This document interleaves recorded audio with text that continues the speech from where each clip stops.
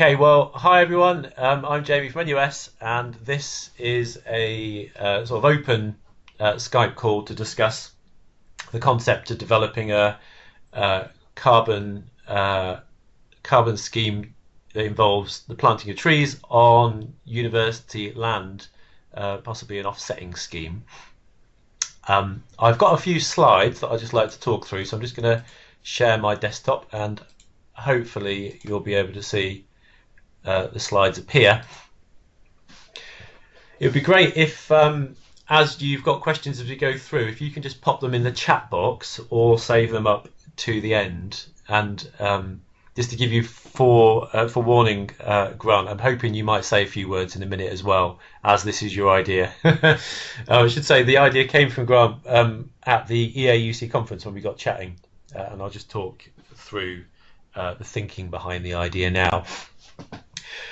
So the IPCC say there's basically two things that we need to do fairly urgently. One is to build more renewables, and the second one is to plant more trees.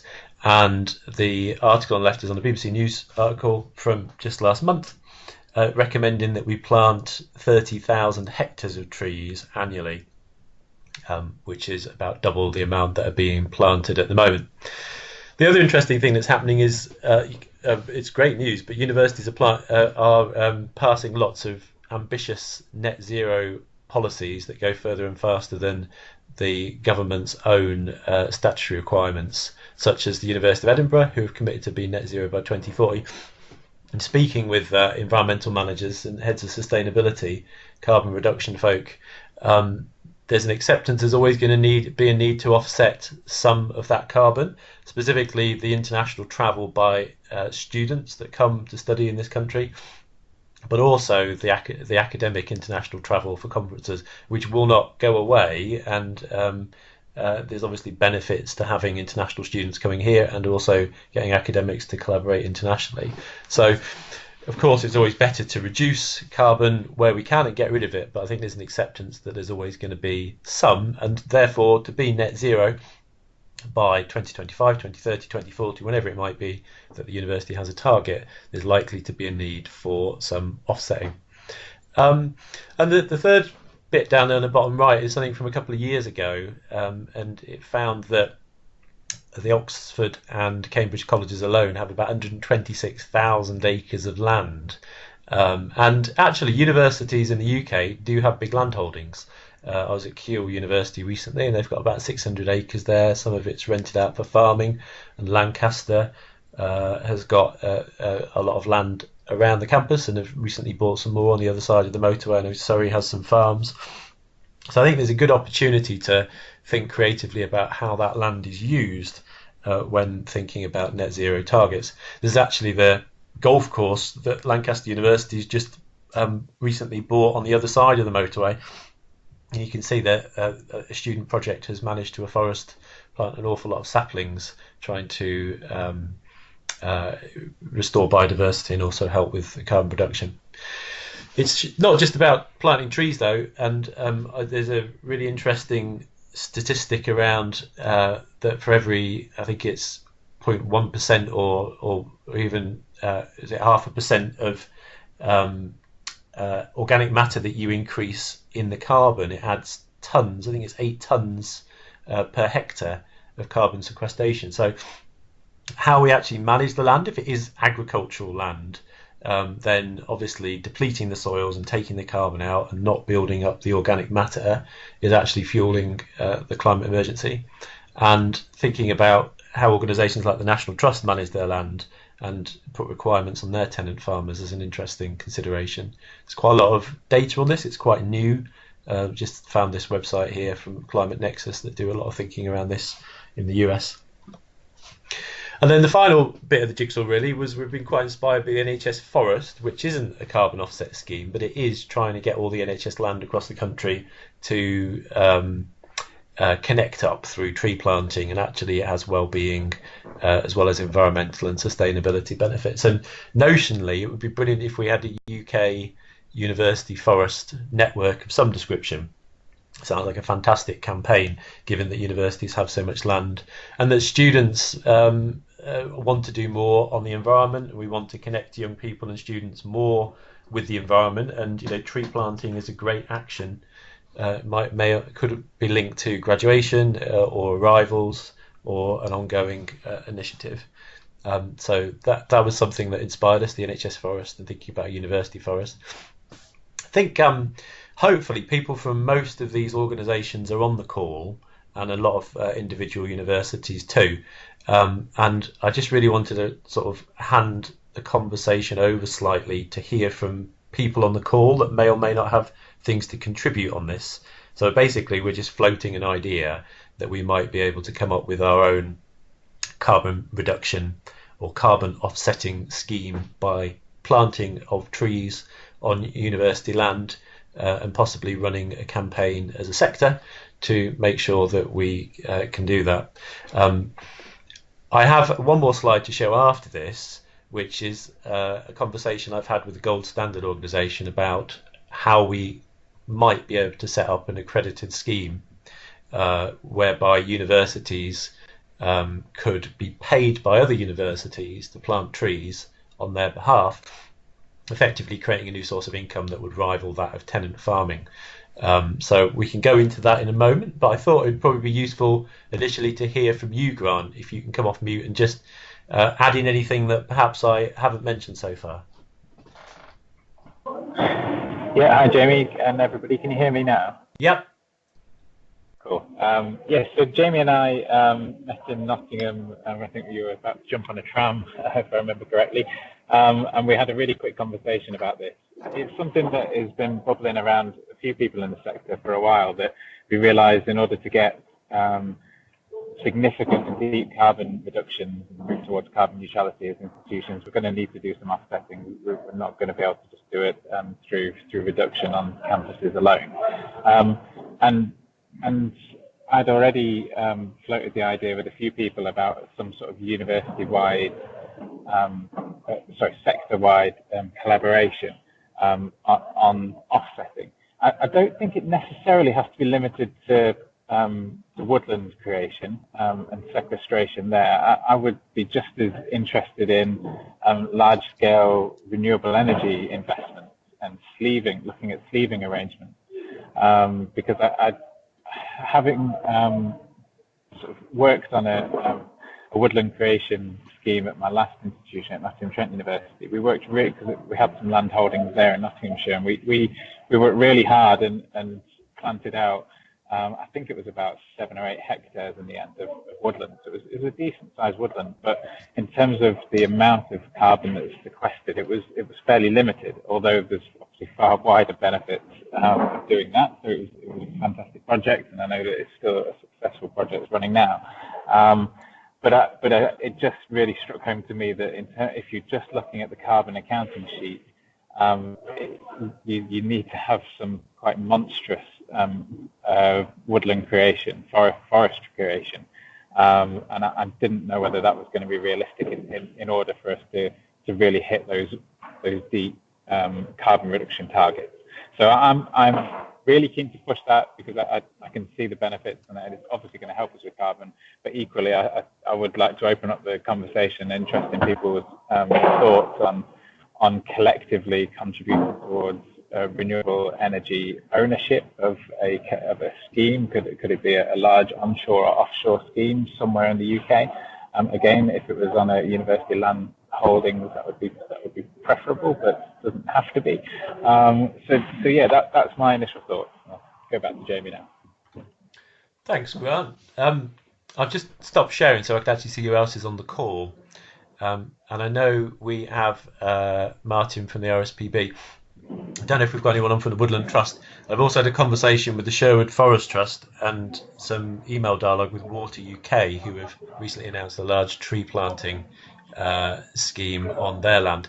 But from a landowner's perspective, Martin, I was thinking this might be something we could do in partnerships. It didn't have to be necessarily a purely university land scheme, but it could actually be something we do in partnership with other organisations that have large land holdings, or at least have expertise in biodiversity.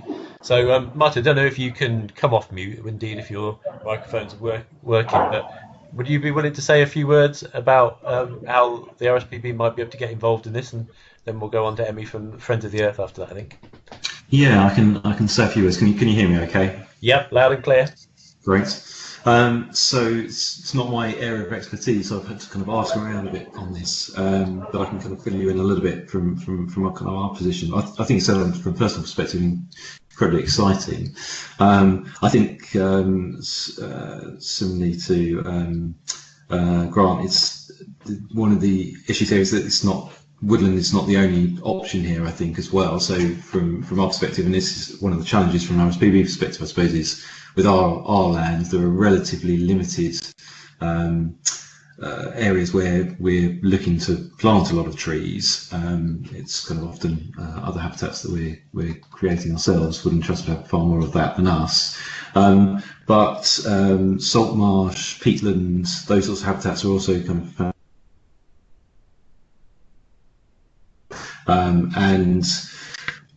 we do have forest projects. They've got projects going on in kind of across the world. So in Sierra Leone, big project in Gola rainforest out there, and we effectively sell sort of carbon credits through a scheme with an organisation called Carbon Care on the work that we do internationally.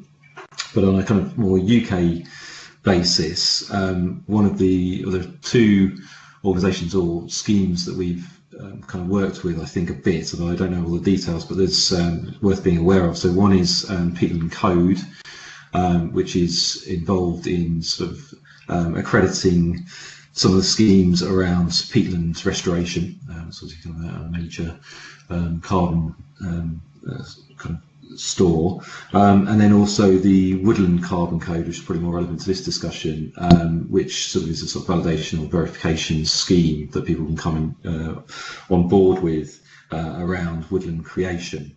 Might be worth having a look at in terms of an existing scheme that's fairly well set up, and others may well know more about that than I do. I think from an RSPB perspective, our position around this has been sort of we've not been particularly keen on a sort of regulated carbon market, largely because it sort of tends to play into the hands of the kind of dirty industries like coal and oil and aviation, etc. So it's some of these other schemes are more on the kind of CSR side of things, so they aren't around kind of a specific amount of carbon per pound, but actually it's much more about the kind of wider benefits as well as the carbon store benefits. But I think the idea of a kind of UK university forest is great. It sounds like a really good scheme. It feels like actually in terms of the wider benefits beyond carbon, in terms of mobilising, kind of empowering kind of students to get involved themselves, and also the kind of potential kind of well-being benefits of woodland creation and then kind of use later on, I think sounds really exciting. The other kind of thing that's worth probably mentioning is an organisation that we're working, because it links back to the previous comment around kind of renewables and thinking about that. So we're working with on some interesting sort of innovative finance schemes, and we're working with an organisation called Environmental Finance around they do all sorts of things. Don't really understand it all myself, but all sorts of interesting things around sort of releasing sustainable bonds related to land that's then put into use for kind of think all sorts of sort of renewable energy uses, and that's something potentially that we certainly kind of make contacts and links with the kind of work we've been doing there, and put universities in touch with them. So yeah, a variety of things that are going on from an RSP perspective. I think kind of we'd be keen to be involved and support wherever we can. I think in terms, going back to the original point, I think in terms of land we have where we could plant additional trees ourselves, that's probably relatively limited in the UK, but certainly we've got kind of lots of opportunities internationally speaking. Great, thanks, Martin. Emmy from Friends of the Earth, do you want to just say a few words as well? Because you've been running a campaign on afforestation for some time, haven't you? Do you want to just add in or reflect on anything that you've heard so far? Yeah, hello everyone. So I'm Emmy. I'm the campaign lead for the Trees campaign at Friends of the Earth. So thanks for having me at this meeting. It's been really interesting to hear discussions and kind of what you were saying at the beginning, Jamie. From our perspective, just to give a quick background on our campaign and why we're doing it. It very much is on the back of what you were saying, Jamie, on net zero and reaching that through kind of the 6 pillars that we're talking about from Friends of the Earth, and it's very much a reflection of what has been discussed right now. So those 6 pillars are, I'm calling them climate solutions. And underneath them there's transport, power, buildings, agriculture and land use, which is where our doubling tree cover ask sits, and infrastructure and international justice. And so our campaign's calling for doubling tree cover in the UK. And the reason why we're doing this is, as has been discussed, trees can help reduce carbon emissions, but we're very wary, just as a heads up, of making sure that it's not just around offsetting, but it's very much part of a package of slashing emissions and doing tree planting. And that's something that we're aware of, particularly for the government. And we have another climate campaign going on at Friends of the Earth who is focusing more on those kind of slashing emissions element of things to make sure they go hand in hand. And it's not just about doubling tree cover in the UK and then emissions increase overall. It's kind of providing an excuse for the government, in a sense, to say yes to trees, but also yes to increasing emissions. I think roughly through kind of some previous reports that we looked at, if we double tree cover in the UK, we can reduce current UK emissions by 10%. So that's again why we're kind of asking for this really, whilst it's an ambitious target, one that we do feel is reachable. And yeah, there's been a lot of talk about land, and universities also have a lot of land, but just as a heads up, we're also looking at green belt areas around towns and cities to see whether we can kind of increase forests in those areas. And we're very much focusing on the campaigning side of things, so really getting commitments from councils in particular to double tree cover in their regions. And also because 70% of UK is farmland, I think there was mention of tenant farmers previously, which is interesting actually. If universities have tenant farming land on them, I'd be interested to hear more about that. Because 70% of UK's farmland, really working with farmers and supporting them to embrace kind of tree-friendly farming practices like agroforestry, for example, so that not only do we kind of increase tree cover by planting more on farmland, but it also benefits farmers in the long run because it improves water quality, soil health, as well as our climate, and very much keen to kind of overcome the maintenance issue that's been talked about quite a lot in discussions we've had of planting trees, but also making sure they're maintained, and farmers can kind of help out with that. But yeah, it sounds really interesting about kind of universities embracing increasing tree cover. So yeah, I'd be interested to have further discussions on that. Because I know, Jamie, you are involved with My World, My Home, possibly? Yep. Yeah, so kind of maybe going through that route to see how kind of students can get involved with it.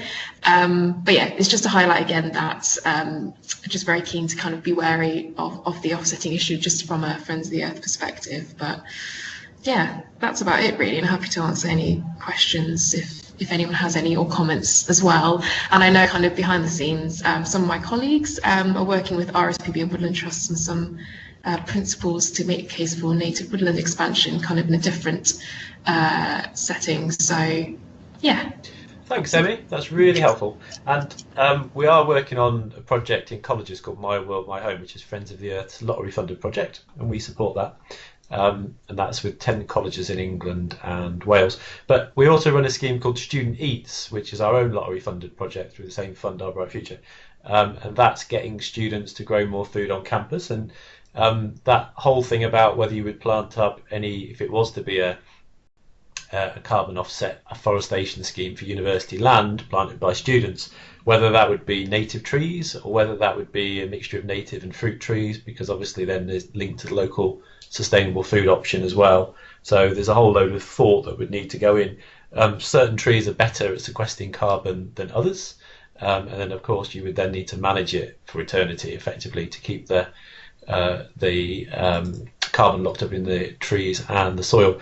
So there's all sorts of interesting and complicated decisions that would have to be made if we were to progress to a scheme. But I'd quite like just to ask Hazel or Anna from United Bank of Carbon to say a few words. And I hadn't actually come across United Bank of Carbon until quite recently. So can you just give us an overview? I think you're based at the University of Sheffield, with what you do and how you might get involved in any such scheme. Hi there, can you hear us? Yeah, loud and clear. Perfect, okay. So I'm Hazel from United Bank of Carbon, and I've got Anna here with me, and we're both research assistants in the United Bank of Carbon. So we're based at the University of Leeds, and we're an environmental charity which works on afforestation projects overseas, and also we're looking at tree planting in the UK, particularly with regards to the Northern Forest. And we do a lot of work around carbon offsetting. So with regards to what we're talking about at the minute, we've had a few thoughts on what everybody said so far. We're thinking about a range of different things. You mentioned having international students and the fact that it's difficult to offset those emissions associated with people travelling from abroad. And we know from our experience that actually planting in tropical areas can massively enhance the carbon impact of those trees. But of course there was the NUS study in 2017 which identified that students felt that they had limited access to woodlands. So we were thinking about, is there an opportunity to have some local planting that's involved on the university land, or maybe off-site if we don't have enough space, but that we can also use land internationally, perhaps in the nations of where the students are coming from, where we can plant more of the trees where there's more space. And to set that up as a sort of forest twinning initiative, the United Bank of Carbon has done forest twinning in the past, so there's the capacity for us to do that scheme with NUS here if we're wanting to do some planting internationally. Also, with regards to the Committee on Climate Change targets that you mentioned at the start, myself and Anna have been working on a big project recently, which is translating those targets from a national level to a local level. So we're taking the target and we're looking at areas by local authorities and councils and whatnot by population, area, emissions and GVA, and we're breaking down those tree planting targets to weight how many trees those areas might need to plant based on those different factors, so that we can sort of see how that target can be broken down across the country. And we have been recently just working on scaling that down to the University of Leeds, so we can see how many trees we might be responsible for planting and whether we've got the land to plant them, or if we're going to have to look at other areas, that kind of thing. So that's something we can look into for other universities to work out whereabouts this planting can go and how much we might be responsible for. And it's also important to mention that we work quite closely with the Northern Forest. So if we've got some universities wanting to be involved in this scheme that are based in the north, the Woodland Trust have got their targets for tree planting for the Northern Forest. So there's the opportunity to get involved in that to help reach their targets. So that's probably a good overview from us. Thank you for that. That's really useful to know. And sorry, I said Sheffield and you're Leeds, so apologies for that. But how is your project funded then? Is it a research project, or is it now sort of floated off as a separate enterprise? Hi, it's Anna here. Hi, Anna. We're funded by various sources, and we have it's a charity, so it's external funding, and we have a body of trustees that oversees what we do, but the focus is on afforestation and restoration of forest sites here in the UK and abroad. Great. That's a really interesting thought about the twinning, and I'd also read that if you're going to sequester carbon from trees, it's much better to do it in tropical or warmer countries because the trees grow a lot quicker. But I suppose the universities every have got the land which would have once been afforested, and it's convenient given they've got a land asset and large endowments thinking about a renewable side to do stuff closer to home. There's an important element of accessibility and engagement. We recently did a campus survey, an iTree survey of all the trees on campus to calculate the carbon stored on campus. And our part of that process was to engage with the Sustainability Service and a Living Lab project, where we got 40 volunteers from the students and the staff measuring the trees. And part of that process helped the engagement of understanding what trees are providing on campus. So there's a win-win if you can do some local that's accessible to the students and the community, and then some that is abroad where you're going to get the hit for carbon.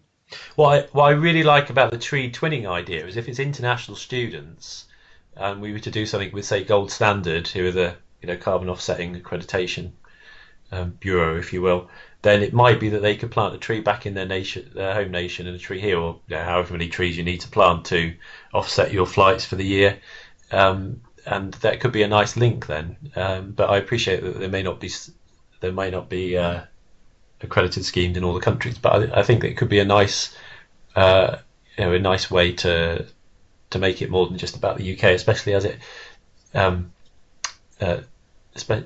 it's taking into account that international element.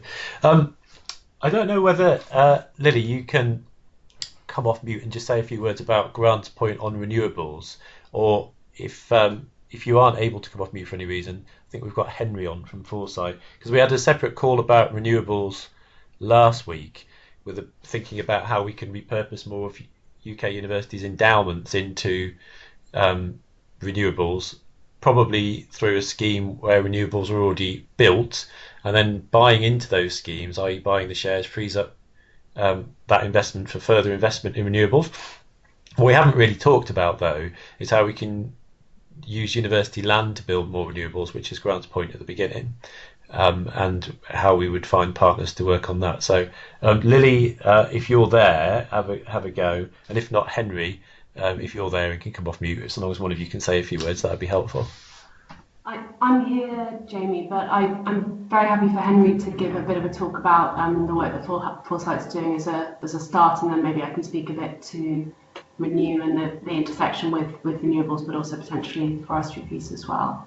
Yeah, that would be really helpful. Henry, are you there? I feel a bit like a Radio 1 person here. Trying to manage about 20 calls at once. I'm getting a bit confused. But Henry, can you hear us? Yeah, I'm online. Can you hear me all right?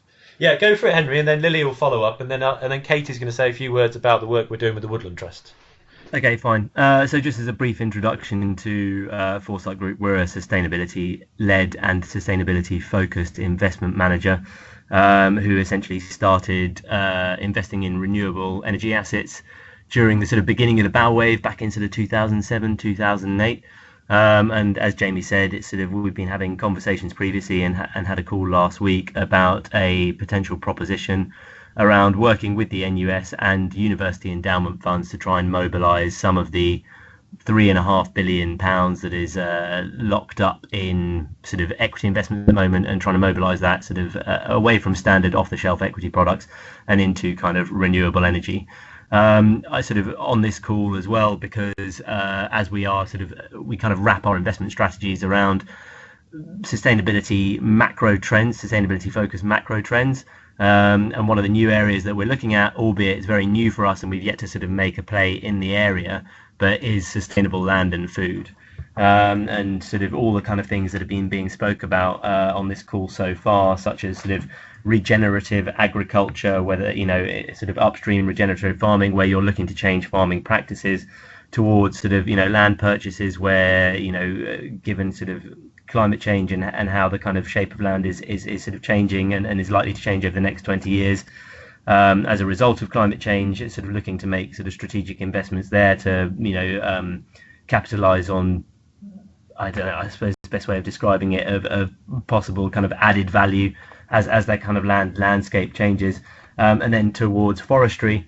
and towards afforestation, sustainable forestry, and kind of how carbon fits within those areas are all areas that we're looking at the moment, but they're just sort of, again, we've yet to make any kind of investments in those spaces. So we are just trying to understand the space we've developed a bit of knowledge in the kind of area, especially with regards to how carbon offsetting can either be achieved through renewable energy or through kind of afforestation, but it's sort of still an area that we're looking into, and I suppose that's our reason for sort of being on the call today.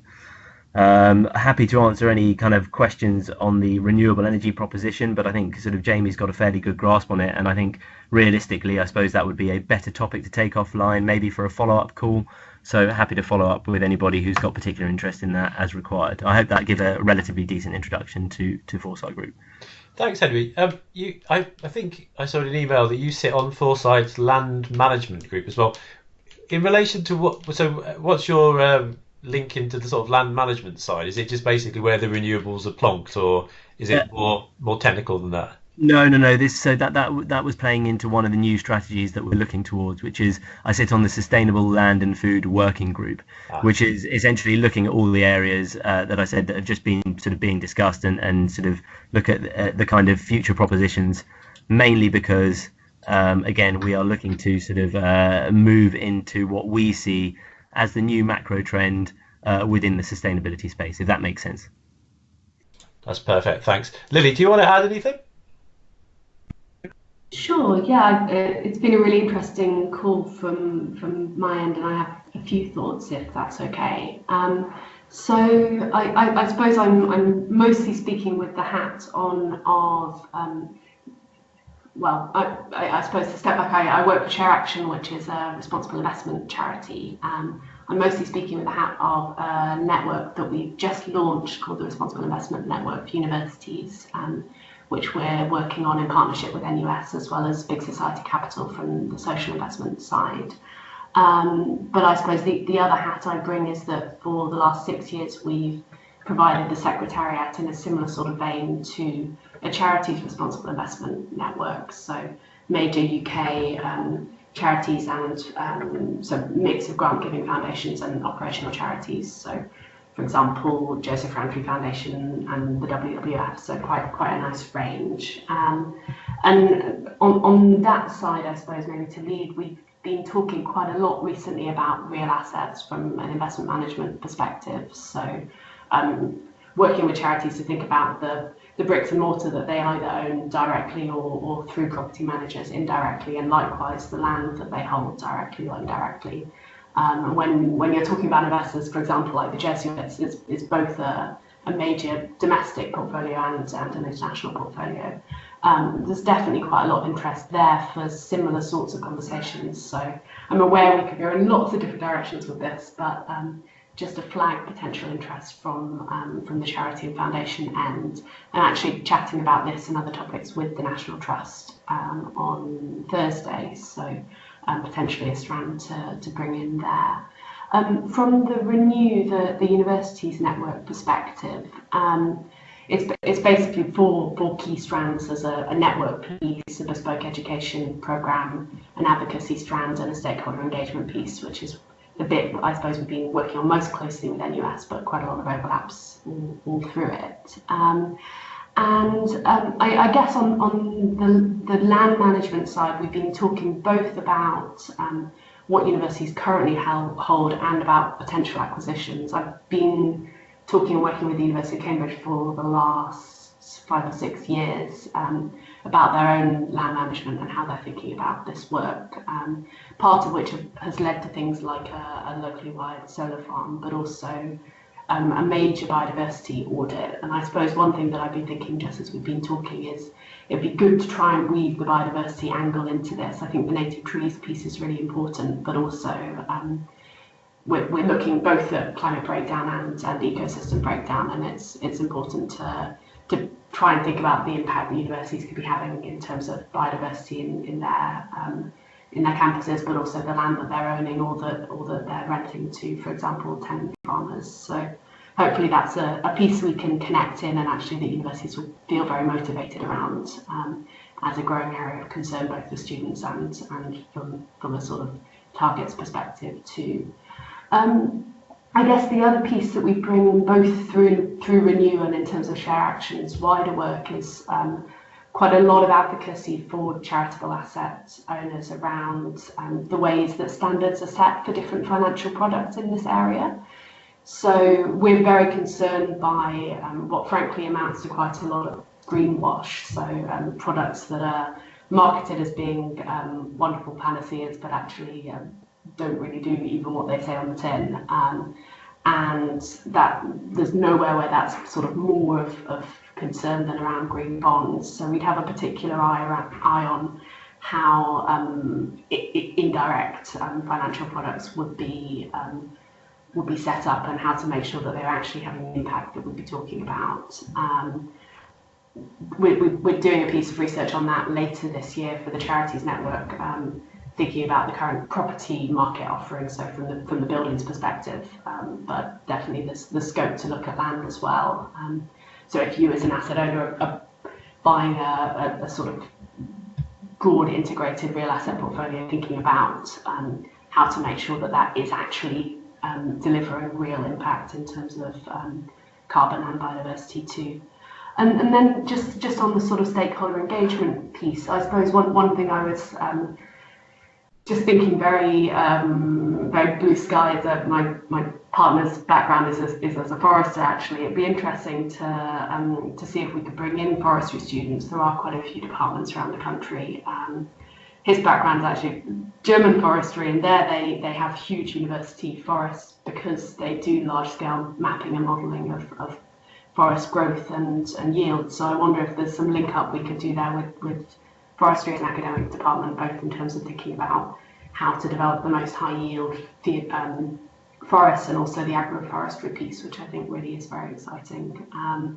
And likewise, just thinking about how to engage from an endowment perspective, if we're talking about investments in land and or buildings, there's a lot of potential interest from students on that topic, and we can treat it in investment terms as well as more sort of hands-on practical ones too. So I think those are my main thoughts. I think that's a bit of a rambling list, but I'll ping my notes over to you, Jamie, just so you. Thanks, Lee. That's really helpful, and it links nicely. And I'm going to ask Katie to say a little bit about the work we're doing with the Woodland Trust, which is engaging students from forestry type degrees, land management degrees, in a minute. But just before I do, just to say, it's been suggested I get in contact with a guy called Rob Mackenzie, who's the director of the Birmingham Institute of Forest Research, which I think is University of Birmingham, who's done a lot of work on which parts of the tree sequester the carbon the fastest and different rates of carbon absorption, and quite a lot of academic research, which I think we would want to look into. I suppose that's the great thing about having if we were to do it, a university forest network, is we'd have the academics sort of plugged straight into it. It'd be a big, living lab research project in its own right, wouldn't it? But so thanks for that, Lily. Last contribution, I think, that I'll nominate will be Katie, who also works for NUS. And then if you can all start thinking about posting any questions or comments you have into the chat box, and then maybe we can just talk through some of those. And then round up with some thoughts about what we do next. So, Katie, can you just say a bit about our Students for Tree project? Yeah, thank you. Can you hear me okay? Cool. So Students for Trees is a project which is funded by the Woodland Trust. It's also in partnership with the National Association of Local Councils, who we also work with. And the aim of the project is to get students involved with woods and trees, whether that's outplanting or even just doing activities that relate to them. Really want to get students connected with nature and thinking more about the benefits to trees on campus. So it's completely student-led project. It's led by a group of 16 young people from across the country who aren't just in forestry degrees, they're studying physics through to maths, like a whole different range of degrees and interests. And our overall aim is to get around 120 student groups set up across the country within colleges and universities, students' unions as well, who are interested in doing activities around woods and trees over the next few years. We give them little pots of funding to be able to run these activities. Last year, students did art exhibitions using reclaimed materials, they did planting, they did workshops. So we are just supporting students on the ground to do more activism and more work around this area. Through this, the Woodland Trust have a new site up in Mead, which is around Nottinghamshire, which they're calling the first youth site for forest. So they are wanting to plant at least 8,000 trees on that site this year, using young people across schools and universities to come together on that site. So that's something else we're supporting. They also are running a campaign this year called the Big Climate Fight Back, and we've been in touch with universities and students' unions to support this campaign, which is a mass tree planting activity across the UK. But because of the right tree, right place, and how these trees are looked after, it's actually more around getting people engaged. It's more around the number of people who are part of this campaign rather than the number of trees planted. But from a lot of the research that Jamie talked about earlier in the start around the importance of trees and what they can bring to us, not just within the carbon, but also health and well-being. We're really supporting that campaign this year, and through Students for Trees, we're trying to get more student groups to be out on the 30th or during National Tree Week, which is the 22nd to the 1st of December, around that week, around engaging with woods and trees. So that is, in a nutshell, our Students for Trees project. But Emmy, I'd be really keen to link up with My World, My Home, as you were talking about before, and working with those students with your Friends of the Earth project and our students who we already have. I think that would be really cool. So we can talk about that after. But thank you. Thanks, Katie. Everything seems to be linked up on this. It's all coming together beautifully. But the last person, Ian Stanton from UK RI and NERC, he's the head of sustainability at the Funding Council. I had a chat with him a couple of weeks ago, and he's also been thinking about some sort of offsetting scheme for the travel of researchers. So when they fund a researcher to do a PhD or a big bit of research, or even a research centre, they want those to be net zero. So he's really interested in working on a scheme similar to what we're proposing, and ideally a UK offset scheme. Because it's UK research, and I think the government would like some of that money presumably to stay in the UK. So there are other people who aren't on the call who may wish to contribute to this whole discussion. But I mean, if there's any other, feel free to come off mute, anyone. But if there's any other thoughts or questions or comments at this stage that people would like to contribute, because there's lots of people here from individual universities that might have views on this. So now is your time. We'll have a moment or two of awkward silence to see if anything happens. I'll jump in. Hi there, it's Jen here from Manchester. Hi Jamie, hi Katie. I just want to support that last point you made actually, Jamie. So I think for us at the moment at Manchester, we don't do any offsetting, because I guess there's a little bit of scepticism as to how credible each of the different schemes are. We don't really know which are the legitimate ones. So I think the notion of pooling all our experience to have something that we know is watertight is a really positive thing. But also I think there's two scales for us. So departmentally, the thing about covering schools or faculties, carbon emissions from business air travel, I can imagine being quite interesting. We're quite a big organisation, and I think there would be sort of local interest. So it would be nice if it wasn't just a sort of central thing that universities could contribute to, but sort of smaller units within a university could kind of opt in. So something that could factor those different scales might be interesting to explore. Thanks, Jen. Great point.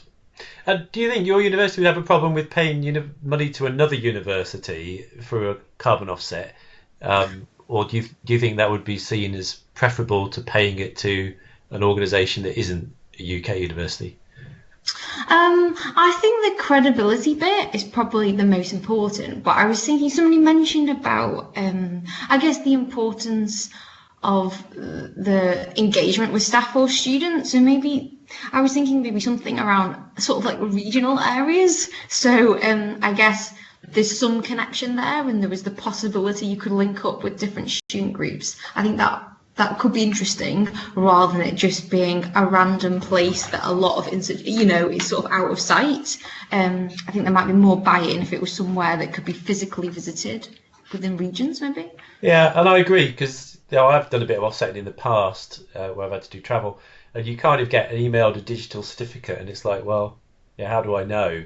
But I suppose if you link it into actual students planting actual trees, and then those trees are managed for eternity as that part of offset. I mean, obviously the scheme wouldn't last that forever because we'll run out of land if we, even if there's hundreds of thousands of acres, it won't take that long to fill it with carbon offset, I imagine, given the state of the international travel for our students and our academics. But I quite like the idea of there being areas belonging to other universities on university land, because it's a resource that can be there for people to see, isn't it? Okay. Any other questions? Feel free to jump off mute and throw them in now.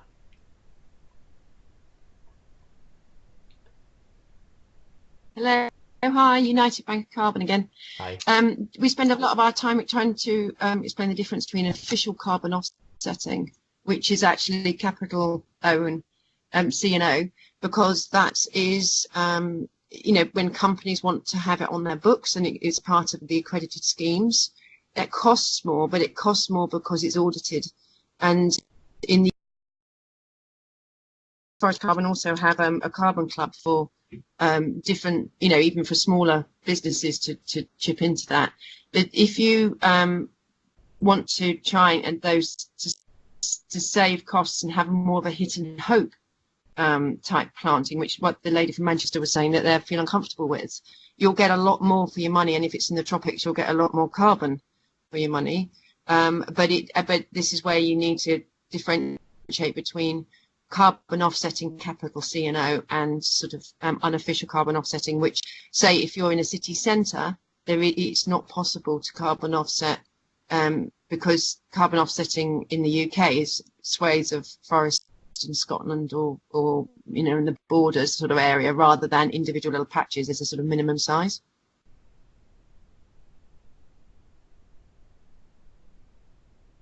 Sorry, I was on mute. Thank you for that. Was that you, Hazel? Sorry. It's Anna. Anna, thank you for that, Anna. That's really an interesting thought. The interest of time, we've only got 10 more minutes, and I'd quite like to wrap up. But Paul, you've put this thing on here, and I don't know whether you can come off on mute, but you might all notice Paul's put a interesting comment in the chat box about some work that he's been involved with at the University of Northampton. Paul, do you want to just say a little bit more about that if you can? You may not be able to come off on mute. He's typing a message. Basically, he's saying that 17% of Scope 1 and 2 emissions are offset by trees on the site, and it was received well by stakeholders who were less aware of carbon matters. It says very positive. He felt it was very positive, but stakeholders who were less aware of carbon matters were not very impressed with that. So there's obviously a communication job to do, which is a fair point. And as I think you said, Jen, there's a degree of scepticism around carbon offsetting, and I also pick up Emmy from Friends of the Earth that we wouldn't want this to be used. We'd have to be very careful that this isn't seen as a license just to fly anywhere, because actually flight should only be for essential purposes, such as coming to the UK to study in the university. You might argue. So that's obviously a reputational risk associated with any such scheme. Anyone else want to chip in before we sort of start wrapping up?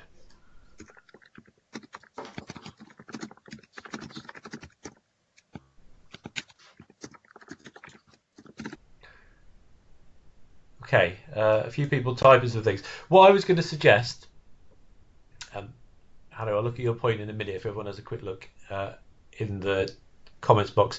What I was going to suggest was if the strange thing about Open Skypes is I haven't obviously got all your contact details, so I'm going to put my email address in the chat box, and then if you want a copy of the presentation, bob me an email after the call, and I'll send it out to anyone that's popped me an email. So rather than you all sharing your email addresses on this Skype call, which I'm going to publish, it'd be much more efficient for you just to email me. So I'll do that in a moment.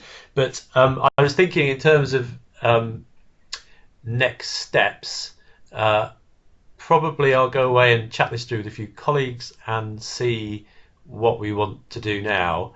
There's a couple of people on from EAUC, they may want to contribute, but I know EAUC's done a little bit of work on this and thinking on this already, but it feels like it's a good time for us to come up with a sector proposal on this and work with some universities that have got significant land holdings who are interested in progressing the discussions with the various carbon carbon offset accreditation schemes. That seems to me where this is heading. Just quickly pick up on Hannah's comments. Let me just have a quick read.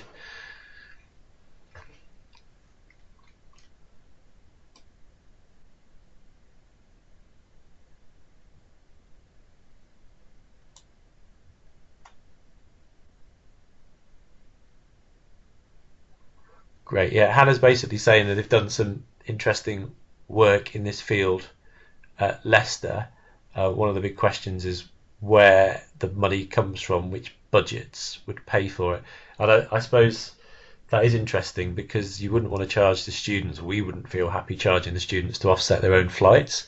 But presumably universities have got large carbon reduction budgets, or at least most of them, the bigger ones certainly, have got multi-million-pound carbon reduction budgets over many years.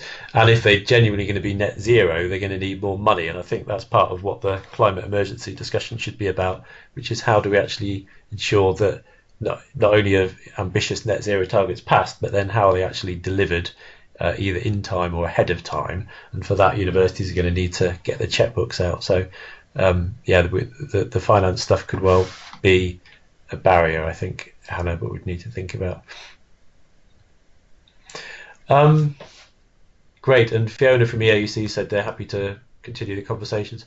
Okay, so was there any other final closing comments? Thank you very much for the really interesting and considered points that you've all put forward.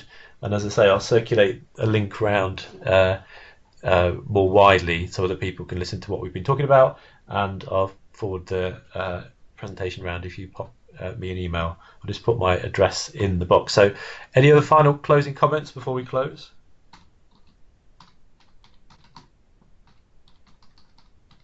Just that it was a really useful call. Thanks so much for organising, Jamie.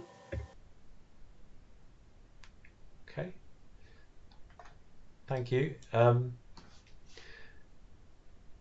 I think we're done. So I'll let you all go, and my email address is in the chat box. If you want the presentation, just pop me a note. So thanks everyone, and if we're going to have another call on this, I'll contact the same people that have been involved now and let you know what we're planning next in due course. But give us a month or two, because it's just about to hit freshers and it's going to be a bit busy for us. All right, thanks everyone. Bye. Thanks, Jamie. Bye.